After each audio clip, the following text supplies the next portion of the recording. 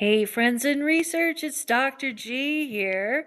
We are going to learn about logistic regression and how you can do it simply using Python. Logistic regression is as simple as the odds or probability of an event happening. So, for example, if I go to the shopping today and I want to buy a new sofa, what are the odds that I will buy that sofa or I won't buy that sofa? And so that's what we're going to predict. Now, when you add in things like predictor variables such as did I get paid last week? Did I get a bonus? Do have I shopped at this store before? Those are the different types of things that we could use to predict whether or not I will buy that sofa. So you can do this with anything. And today, what we're going to do is we're going to use a database on cellular service. So, as a customer, how likely are you to churn? Meaning, as a customer, how likely are you to leave? But in this case, we are going to predict odds of you leaving based on a database that we have where we know there's certain attributes or variables about people who have left in the past or people who have stayed in the past. So let's get started. So as you can see here, I have, this is an extra credit assignment if you are taking my class. If not, just kind of move along with me.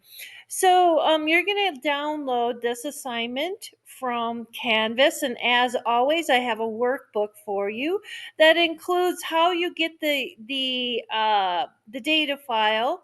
The instructions will also have everything you need to know to down or upload it into your Google Drive. So the first thing you're going to do is download the churn coded CSV file from the Canvas course and then or the assignment, and then I want you to open Google Colab in a new notebook as you have in the past many times. So I have a notebook started here. As you can see, I'm going to call this churn, and you can call it whatever you want so long as you can identify it. And what we're going to do is we're going to work through the notebook. So as you know, the first thing you always have to do is load that file into your My Drive, and then we are going to get ready for our analysis. Make sure that is loaded in properly or it will not work. So then what first thing, as you know, we are going to import the libraries from Python. So you're just simply going to copy my code in blue, go to your notebook, open up your first piece of code, paste it in there, and run it. Then what I'd like you to do is read in the file. So remember, right here is the churn coded.csv file. Now, if you have a different survey file or you have a different code or product or assignment, you can use the same code, but make sure that you upload your file into your My Drive in Google and make sure that the file path is correct. So you're going to copy all this code here and then paste it into Canvas, run it, and then you will see here that you have some output, just a few records of that file itself. Take a screenshot of that and paste that screenshot here so I know that you've completed that. So you've got your data file loaded in it's reading the Python for the Python libraries for logistic regression are loaded in. So now we're ready to do the analysis. Now, what we want to answer is we want to figure out who is leaving and who is staying. So I'm going to explore a couple of things. You can explore whatever you want, but I'm going to explore tenure, meaning how long has that customer been with the cell service, and churn. Now, with logistic regression, it isn't a linear scale like we would have in a likelihood to buy. This is a binary scale, which is it happened, which is a 1, or it did not happen, which is a 0. So our dependent variable is always binary, one or the other. So I want you to copy and paste the blue code and then go in, copy it into your notebook, hit your run button, and you can see here we've got just a little nice descriptive chart here. And so you'll see that we have tenure at the bottom, and this is the length of time that the customer is with the cell service. And then we have 1 here, which means they are still a member, and 0 is they left. So you can sort of interpret this here as, this is interesting. The newer it looks like there's more churn here, perhaps with the newer customers than they are.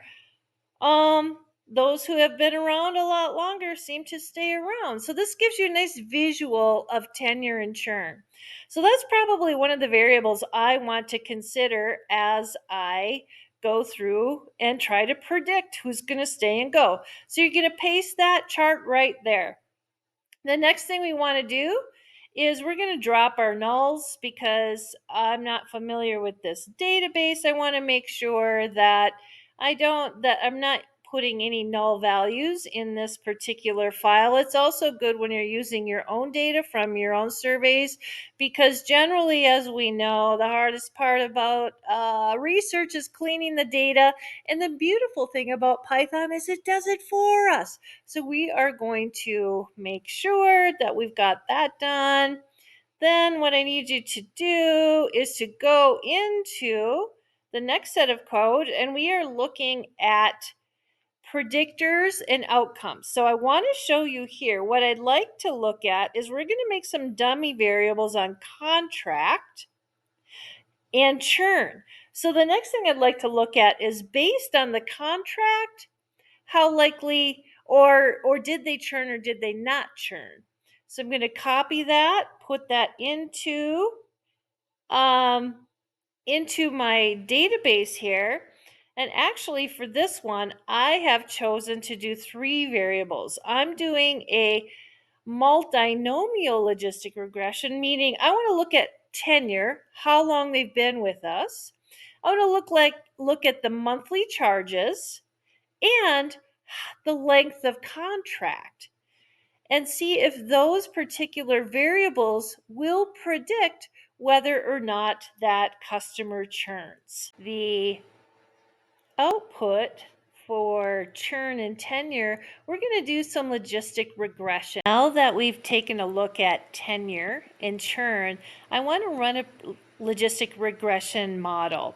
And by doing that, I want to make sure that I drop the nulls in case your file hasn't been cleaned. This is a handy way to clean your file through Python. So you're just going to paste that copy there. That will eliminate the null values. The next thing we want to do is look at what we want to predict. So we're looking at the predictor variables and the outcome variables. We know the outcome variables is churn. Do we believe they're going to stay or are they going to leave? So we need to go back to the file and try to figure out what variables we think are going to result in whether they leave or whether they stay. Because as marketers, we want to keep our customers, and retention is important. So I'm going to pick 3 things that I think might be a good predictor variable. Tenure, we already looked at that, how long they've been with us, because generally speaking, the longer you are with the company, the more equity you have or the more loyalty you have with them. Monthly charges, so say for example, there's an offer that comes in from another company to get you to leave. Maybe the charges has something to predict on whether you stay.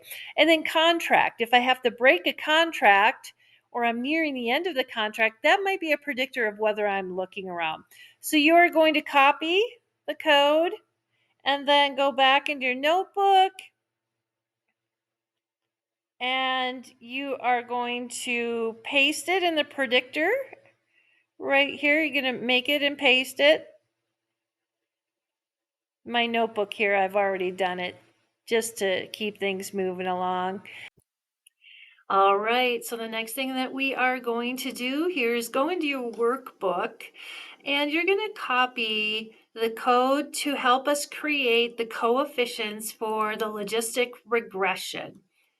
Then I want you to go into your notebook, paste it, run it, and you will see here that you have 3 coefficients. Now I'm going to take a moment and explain those to you in a minute, but let's run the rest of the code before we do that. After you do that, paste those coefficients here. And then our final piece of output is going to be the confusion matrix. And it sounds weird. Okay, so you are going to copy and paste that into your notebook and run it. So let's take a look here at your workbook. You're going to paste that confusion matrix there, and I'm going to explain to you what we're looking at here, since this might be new for some of you. Okay, here's what we're going to do. So now go back in your notebook and you can see here you've got your output. So what we have here is we have the coefficients from your logistic regression model that shows each predictor variable and how it impacts the log odds of a customer churning, meaning the customer who has left. And so remember, we want to predict based on those 3 variables that we chose, which are tenure, monthly charges, and whether or not they have a contract. So these are your coefficients. So let me explain these to you here. The first one, the coefficient for tenure is a negative coefficient of 0.0359. So it's negative, meaning that tenure, or the length of time a customer has been with the company, increases. The log odds tend to decrease. So what does that mean? That means the longer you stay with the company, the less likely you are to leave. So then we go to the next one here, this coefficient, which is for monthly charges, and that's a 0.02. Now, what this means is that this is positive, meaning that the log odds churn increases as the monthly charge increases. So basically, for every additional dollar in monthly charges, you can see about a 2.9% increase in whether or not that customer is going to leave. So really good, interesting marketing feedback. Now, the final one is the coefficient for the contract, meaning do they have a contract or not? Not. So again, and this is the length of the contract. So as you can see, there's a negative one again. So the large negative coefficient indicates a strong decrease in the likelihood of churn for customers with the longer term contract, as you might think intuitively. So about 64% decrease in the odds of that person churning based on the length of their contract. So what I'm going to want you to do is to discuss, or actually type in those coefficients and discuss your interpretation of what we just talked about here. Now, the next thing that we're going to do is we are going to look at what we call a confusion matrix. And yes, I'm not going to lie, it isn't the most intuitive thing in the world. So let's look at the confusion matrix here. And so basically, what we're looking at with the confusion matrix is that it's a detailed look at how the logistic regression model is performing on the churn, or whether or not the person is leaving, which would be a 1, or not leaving, which is a 0. So the matrix itself is as follows. So you've got the zeros here, meaning they did not churn, and then you have the 1 here indicating that they did churn. So what I want you to do is, as you look through these, we're going to figure out, based on that confusion matrix, what those numbers are. So we're going to look for the true negatives. Now, the true negatives, and I apologize for flipping back and forth here, but we have these numbers here. The first number here is a true negative, meaning that the model correctly predicted 4631 customers as they did not churn or they did not leave. Whereas the false positives, meaning they incorrectly predicted that 543 did leave. So these are what we call the true negatives and the false positives. So you're going to type those in here.